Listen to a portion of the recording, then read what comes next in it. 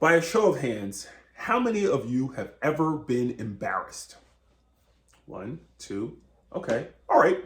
A lot of us know what it feels like to be embarrassed, but how many among you know what it feels like to almost die of that embarrassment?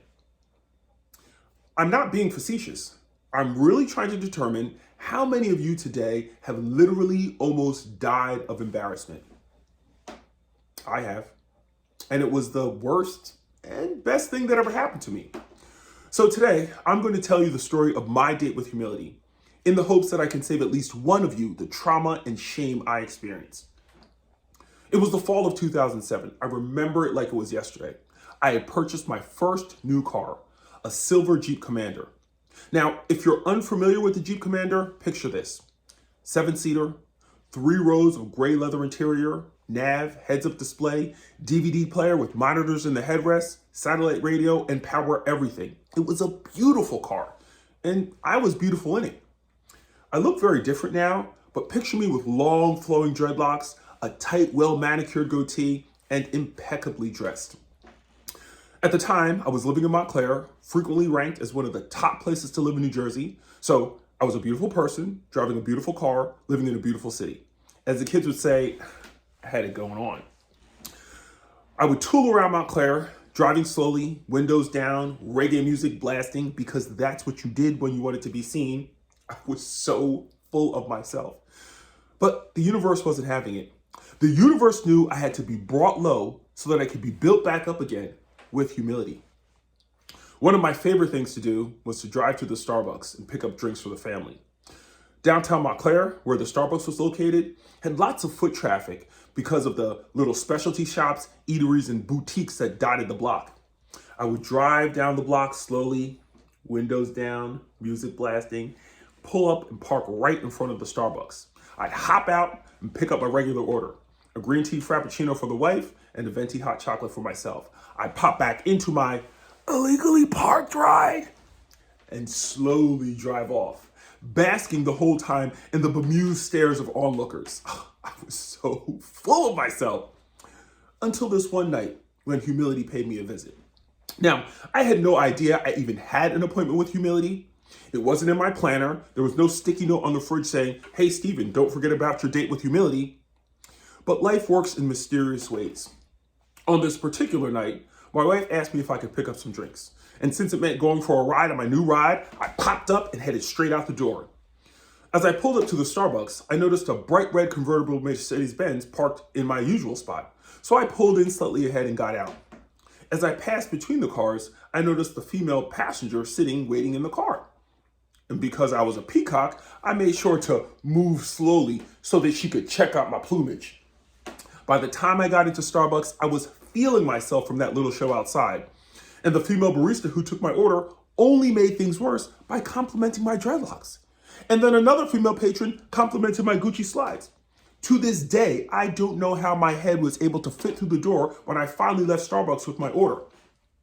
I know now it was all a setup, all part of humility's little plan for me that evening. So I'm walking out of Starbucks and I notice the car is still parked behind me. But the female passenger has now been joined by a female driver. Yet another opportunity for me to strut my stuff. As I get to my car door, drinks in one hand, keys in the other, I get the bright idea of pulling my wallet out of my back pocket so they don't sit on it when I get in the car. At least that's what I told myself. The reality is, I pulled out the wallet because it was a Louis Vuitton wallet and I wanted the ladies to see how much swagger I had. Needless to say, it was quite the juggling act, managing the drinks, the straws, the stirrers, the napkins, the keys, the wallet, and the car door, but I somehow managed to get the car door open and slide into the driver's seat. I'll never forget what happened next, for 2 reasons. One, everything that happened was in slow motion.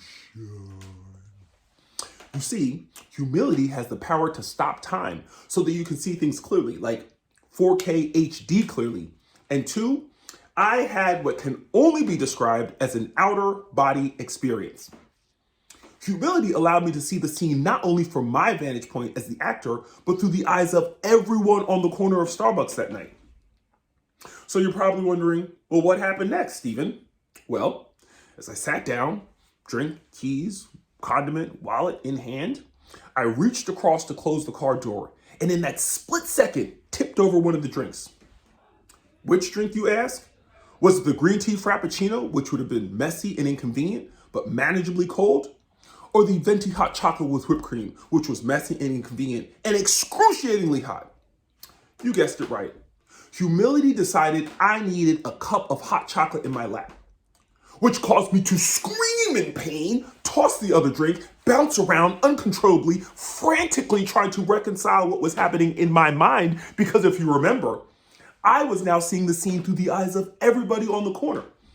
I saw myself in the eyes of the two women in the Benz behind me who were watching my Jeep bounce up and down with splashing liquid and a flailing leg out of the driver's side door.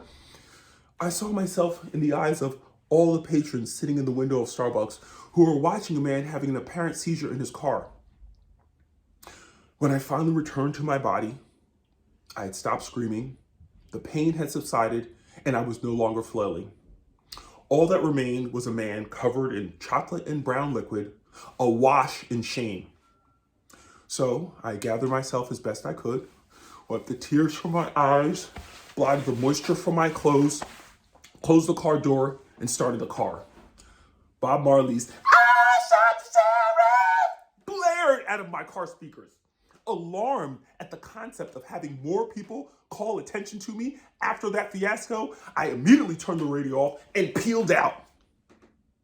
Knowing that I could not return home empty-handed, I drove to a drive-through Starbucks in the neighboring town where I didn't have to get out of the car.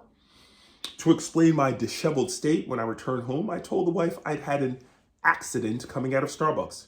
And I told the children I'd had to fight off ninja assassins who were trying to take mommy's drinks. It would be many years before I could tell them the truth of my evening. But I learned a valuable lesson that night, one that has stayed with me ever since. And that lesson is this: be humble. You never know when a venti-sized cup of hot chocolate with whipped cream will land in your lap. Thank you.